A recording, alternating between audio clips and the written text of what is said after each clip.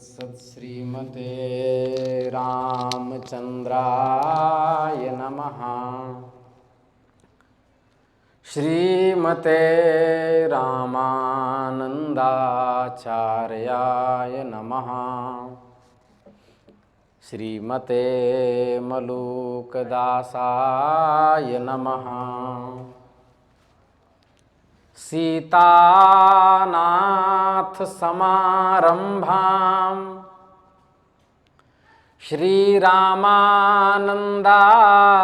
मध्यमाम् अस्मदाचार्य पर्यन्तां वन्दे गुरुपरम्पराम्। रामाय रामभद्राय रामचंद्राय वेधसे रघुनाथाय नाथाय सीतायाः पतये नमः। अतुलितबलधामं हेमशैलाभदेहं दनुजवनकृशानुं ज्ञानिनामग्रगण्यम् सकलगुणनिधानं वानराणामधीशं रघुपतिप्रियभक्तं वातजातं नमामि। श्रीराम जय जय राम। श्रीराम जय जय राम। अनंत कोटि ब्रह्मांड नायक सर्वैश्वर्य परात्पर परम ब्रह्म जगन्नियंता जगदाधार जगदिकरण जगदात्मा भगवान श्री हरि की असीम अनुकंपा से हम आप सब इस विशुद्ध सत्संग मंडप में बैठ करके मनुष्य जन्म धारण करने का सर्वोत्कृष्ट साधन सत्संग श्रीमद् देवी भागवत ग्रंथ के माध्यम से प्राप्त कर रहे हैं।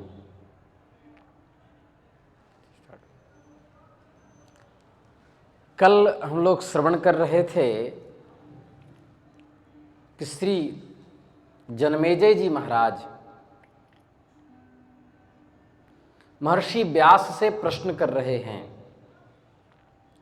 और क्रम से श्री व्यास जी उत्तर देते जा रहे हैं। उन्होंने कहा कि राजन किमे तद वक्तव्यम कर्मणाम गहना गति दुर्ज्ञेया किल देवानां मानवानां च का कथा यदा समुत्थितं चैतद ब्रह्मांडम त्रिगुणात्मकम। हे राजन, इस विषय में क्या कहा जाए। कर्मों की बड़ी गहन गति है। कर्म की गति जानने में देवता भी समर्थ नहीं हैं, मानवों की क्या बात। जब इस त्रिगुणात्मक ब्रह्मांड का आविर्भाव हुआ उसी समय से कर्म के द्वारा सबकी उत्पत्ति होती आ रही है। गर्भ में जब जीव रहता है तो कीड़े काटते हैं, जठराग्नि तपाती है, उस समय शरीर अत्यंत दुर्गंध युक्त मज्जा युक्त रहता है, तो फिर वहाँ कौन सा सुख है। कारागार में रहना और बेड़ियों में बंधे रहना अच्छा है, किंतु एक क्षण के लिए भी गर्भवास अच्छा नहीं।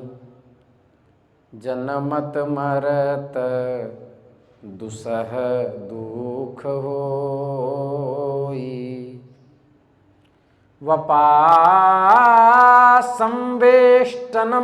क्रूरम किम सुखम तत्र भूपते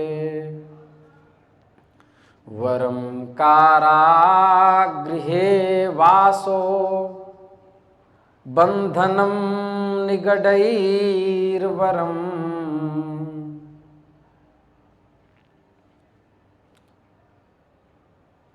बाल्यावस्था में अज्ञानता के कारण बोल नहीं पाता है, भूख प्यास से अशक्त शरीर रहता है। कुछ बड़ा होता है तो काम क्रोध का आक्रमण हो जाता है, और जब और उससे बड़ा होता है तो शारीरिक व्याधियां उसे घेरने लगती हैं। फिर वृद्धावस्था को जब प्राप्त होता है तो मल पुरुष में लिपटा हुआ वह व्यक्ति मृत्यु के लिए भीख मांगने लगता है कि हे दाता हमको उठा लो। इसलिए सब में कर्म ही प्रधान है। आपने प्रश्न किया कि वसुदेव, देवकी और रोहिणी किस कारण से इतनी यंत्रणा को प्राप्त हुए, तो सुनिए। एक बार महर्षि कश्यप यज्ञ कार्य के लिए भगवान वरुण से गौ मांग करके ले आए। यज्ञ कार्य की समाप्ति के पश्चात वरुण देव के बहुत याचना करने पर भी उन्होंने उत्तम धेनु वापस नहीं दी। ततः पश्चात उदास मन वाले वरुण देव ने जगत के स्वामी ब्रह्मा जी के पास जाकर के प्रणाम करके विनम्रता पूर्वक कहा, किम करोमि महाभाग, युद्ध तो कर नहीं सकता। मत्तो सौ न ददाति गाम, शापो मया विसृष्टोस्मै, गोपालो भव मानुषे। हे महाभाग, हे प्रजापति, हे ब्रह्मन, मैं क्या करूं? वह अभिमानी कश्यप हमारा गौ नहीं लौटा रहा है। अतः मैंने उसे श्राप दे दिया कि मानव योनि में जन्म लेकर के तुम गोपालक हो जाओ और तुम्हारी दोनों भार्याएं मानव योनि में उत्पन्न होकर अत्यधिक दुख को प्राप्त होवे। मेरी गाय के बछड़े माता से वियुक्त होकर के अत्यधिक दुखी हैं और रो रहे हैं। अतः पृथ्वी लोक में जन्म लेने पर यह अदिति भी मृतवत्सा होगी। इसके सब लड़के मारे जाएंगे, इसे कारागार में रहना पड़ेगा, उससे भी उसे महान कष्ट भोगना होगा। व्यास जी ने कहा कि वरुण देवता के वचन को सुनकर कश्यप ने कहा कि हे महाभाग, वरुण देवता के वचन को जब सुना तो ब्रह्मा जी ने कश्यप का आवाहन किया और कश्यप से कहा, हे महाभाग, आपने लोकपाल वरुण की गायों का हरण क्यों किया और फिर आपने उन्हें लौटाया क्यों नहीं? आप ऐसा अन्याय क्यों कर रहे हैं? अहो लोभस्य महिमा महतोपि न मुंचति, लोभम नरकदम नूनम पापा कर्म सम्मतम। लोभ की ऐसी महिमा है कि वह महान से महान लोगों को भी नहीं छोड़ता। इसीलिए श्री मलुकदास जी ने लिखा है, लालच का मत खोटा सबसे,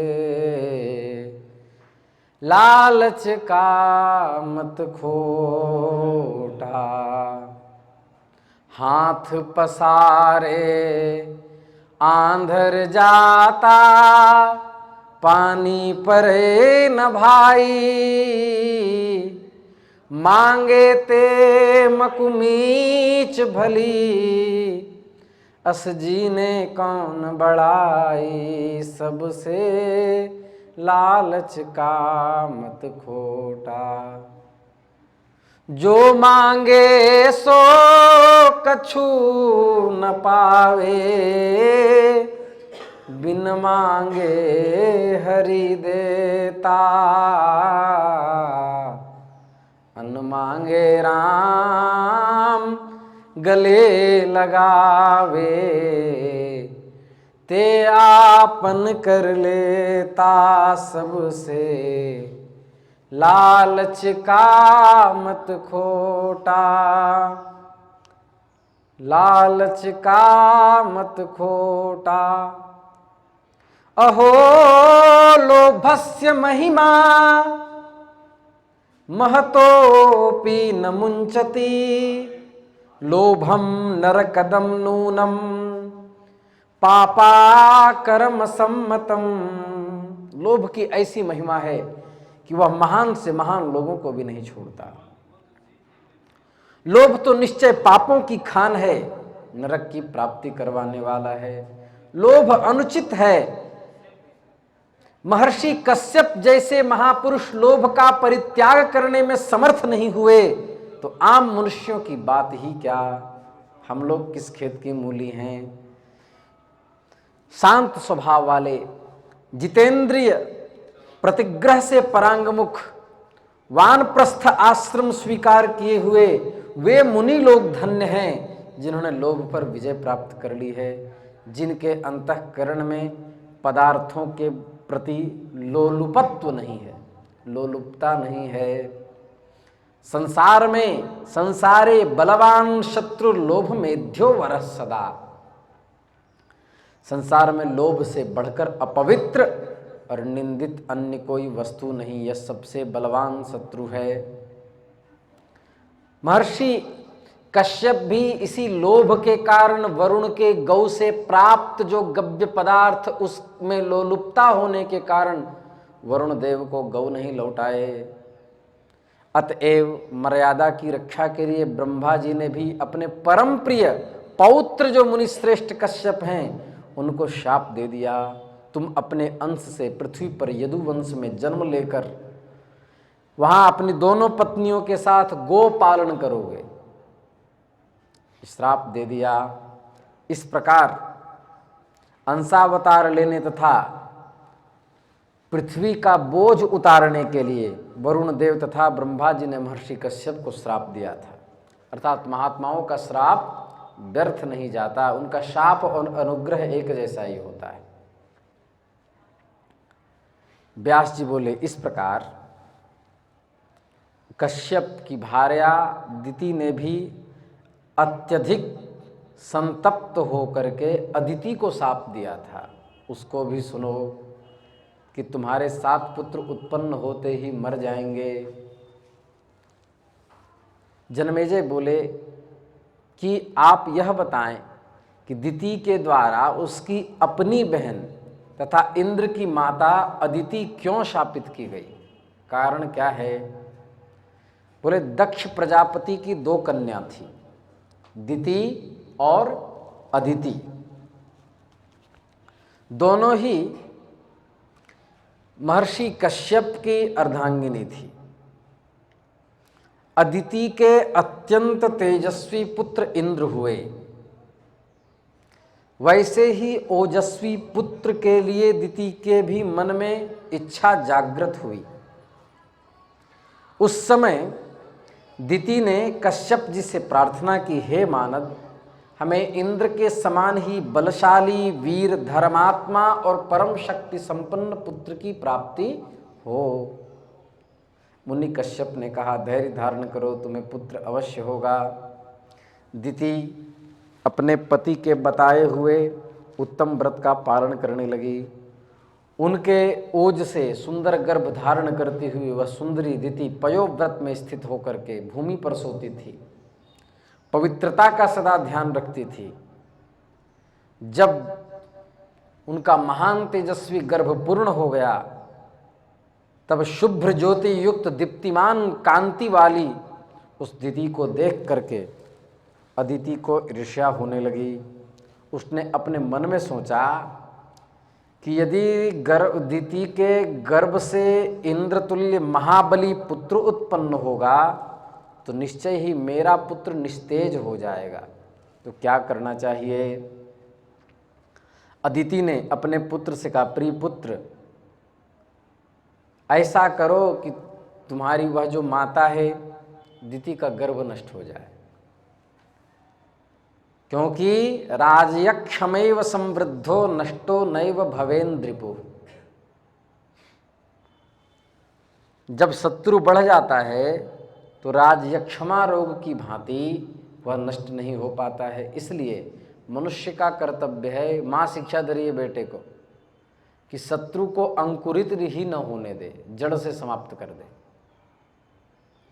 दिति का वह गर्भ मेरे हृदय में लोहे के कील के समान चुभ रहा है। इसका मतलब क्या हुआ? इसका मतलब वो आ ब्रह्म भुवनाल लोका पुनरावर्तिनोर्जुन, ब्रह्मा पर्यंत तक ईर्ष्या द्वेष घुसा हुआ है। देवताओं में भी ईर्ष्या राग द्वेष पर्याप्त मात्रा में, इसलिए उनको भी मोक्ष नहीं होता। तो क्योंकि राग संसार में फंसाने वाला है और द्वेष नरक ले जाने वाला है। तो इसके बाद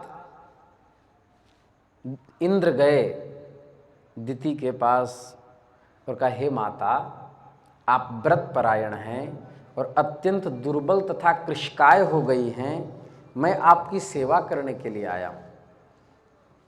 हे पतिव्रते, मैं आपके चरण संवाहन करना चाहता हूँ। मैं शपथ पूर्वक कहता हूँ कि मेरे लिए माता अदिति और आप में कुछ भी भेद नहीं है। ऐसा कहकर इंद्र ने दोनों चरण पकड़ करके संवाहन करने लगे, दबाने लगे। पाद संवाहन का सुख पा करके सुंदर नेत्रों वाली दिति को निद्रा आ गई और थकी थी, व्रत के कारण दुर्बल हो गई थी। इंद्र पर विश्वास था, वह सो गई। इंद्र ने सूक्ष्म रूप बना करके नासिका से अंतःकरण में प्रवेश कर गए और उदर में जा करके और वज्र से उस गर्भ के 7 टुकड़े कर दिए। उस समय वज्राघात से दुखित हो गर्भस्थ शिशु जोड़ जोड़ से रुदन करने लगा।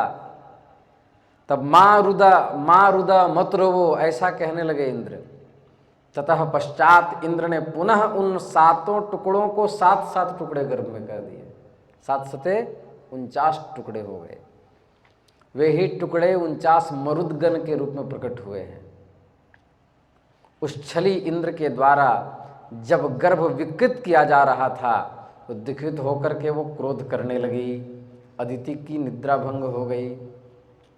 तब दिति की निद्रा भंग हो गई और अदिति का किया हुआ जान करके दिति ने श्राप दे दिया कि जिस प्रकार तुम्हारे पुत्र इंद्र ने छल पूर्वक मेरा गर्भ छिन्न भिन्न किया है, उसी प्रकार उसका त्रिभुवन राज्य शीघ्र ही नष्ट हो जाए। जिस प्रकार पापिनी अदिति ने गुप्त पाप के द्वारा मेरा गर्भ गिराया है और मेरा गर्भ नष्ट करवा दिया, उसी प्रकार उसके पुत्र भी क्रमशः उत्पन्न होते ही नष्ट हो जाएंगे और पुत्र शोक से अत्यंत चिंतित होकर के वह कारागार में रहेगी। इस प्रकार मरीचि पुत्र ब्रह्मा जी के पुत्र मरीचि के पुत्र कश्यप ने दिति प्रदत्त शाप को सुनकर के सांत्वना देते हुए कहा, हे कल्याणी, तुम क्रोध मत करो, तुम्हारे पुत्र बड़े बलवान होंगे। वे सब 49 मरुद देवता होंगे जो इंद्र के मित्र बनेंगे और 28वें द्वापर युग में तुम्हारा शाप सफल होगा। इस समय अदिति मनुष्य योनि में जन्म लेकर उस समय अपने किए हुए कर्म को भोगेगी। इस प्रकार दुखित वरुण ने भी उसे शाप दे दिया। इन दोनों शापों के संयोग से, उधर शाप दिया था वरुण ने गौपालन का, क्योंकि गैया रख लिया था कश्यप जी ने, इधर से ये शाप दी। इस प्रकार दिति तो कश्यप के समझाने से संतुष्ट तो हो गई और आगे की अप्रिय वाणी उसने नहीं कही। इधर कह रहे हैं, हे महाभाग, इस आश्चर्य को सुनकर के मैं बड़े आश्चर्य में पड़ गया हूँ। राजा बोले, हे महामते, यह संसार पाप का मूर्त है। जब तीनों लोकों का वैभव पास रखते हुए भी कश्यप मुनि की संतान इंद्र ने ऐसा पाप कर डाला, तब कौन मनुष्य पाप नहीं कर सकता। अद्भुत शपथ लेकर सेवा के बहाने माता के गर्भ में श्वास नलिका में सूक्ष्म रूप से प्रवेश करके बालक की हत्या करना तो बड़ा भयानक पाप है। सबके शासक, धर्म के रक्षक और तीनों लोकों के स्वामी इंद्र ने जब ऐसा निंदित कर्म कर दिया तो फिर दूसरा कौन नहीं करेगा। अब ध्यान दें, गर्भ हत्या महापाप है। तो गर्भ हत्या जब महापाप है तो मनुष्यों को तो गर्भ हत्या लगती है, इंद्र को क्यों नहीं लगी? यह प्रश्न है। देखिए, प्रारब्ध, संचित और क्रियमाण, तीन प्रकार के जो कर्म होते हैं, उसमें मनुष्यातिरिक्त जितनी भी योनियां हैं, चाहे वो देवताओं की योनियां ही क्यों ना हो, वो पूरी तरह से प्रारब्धाधीन होते हैं। अर्थात दिति के गर्भ में प्रविष्ट होकर के 7 टुकड़े करना, वह दिति और इंद्र दोनों का प्रारब्ध है। जिस प्रकार से जंगल में कोई शिकार खेलता हुआ शेर किसी ब्राह्मण का मांस खा जाए, किसी ब्राह्मण की हत्या कर दे, तो उसे ब्रह्म हत्या नहीं लगती। क्यों? क्योंकि वह सिंह पूरी तरह से प्रारब्ध के अधीन है। उसके सामने वही ब्राह्मण जाएगा जिसकी मृत्यु आ चुकी है। लेकिन मनुष्य पूरी तरह से प्रारब्धाधीन नहीं है। मनुष्य का क्या क्या प्रारब्ध में? आयु, यश, कलंक, सुंदर रूप, कुरूपता, धन, ऐश्वर्य, तीक्ष्ण बुद्धि या मंद बुद्धि, और ये सब, इतने सब उसके पूरे प्रारब्ध में हैं।